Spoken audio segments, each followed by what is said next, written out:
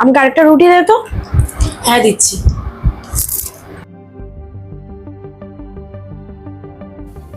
এই নে।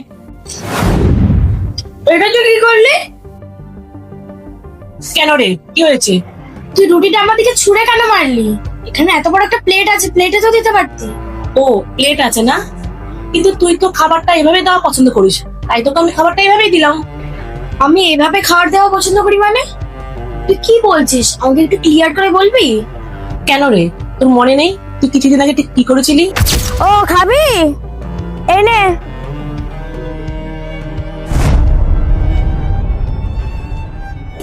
ছাদে গিয়ে ওই ভিখারিটা দিয়ে খাবারটা তুই এভাবে ছুঁড়ে মেরেছিলি।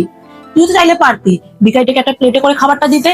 এখন তুই যে কাজটা করেছিলি, আমি ঠিক তোর সাথে সেম কাজটা করলাম। এখন তো খারাপ লাগে তো? তাহলে এবার বোঝ সেদিন ওই ভিখারিটা কতটা খারাপ লেগেছিল। তুই ঠিকই বলেছিস দিদি, আমার খুব বড় একটা ভুল হয়ে গেছে।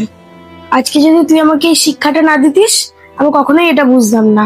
আর আমি তোকে প্রমিস করছি দিদি, আজকের পরে থেকে আমি খাবারের কখনো অসম্মান করব না। এরপর থেকে আমি আর কখনো কাউকে খাবার ছুঁড়ে দেবো না। সরি দিদি, তুই এবারের মতন আমাকে ক্ষমা করে দে। এটা শুনে খুব ভালো লাগলো যে তুই তো নিজের ভুলটা বুঝতে পেরেছিস। আর কি বলতো, তুই সরি আমার কাছে না চেয়ে তুই তার কাছে সরি চা, যার সাথে তুই খারাপ ব্যবহার করেছিস।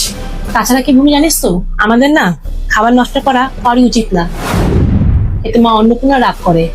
আর আমাদের এটাও উচিত না যে কারো অসহায়তার সুযোগ নেওয়া, বুঝলি? ঠিক আছে দিদি, তুই যেটা বলছিস সেটাই করব।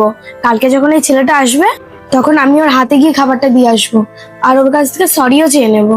ঠিক আছে, এটা তোকে খেতে হবে না, ওদের জন্য অন্য রুটি নিয়ে আসছি, বস।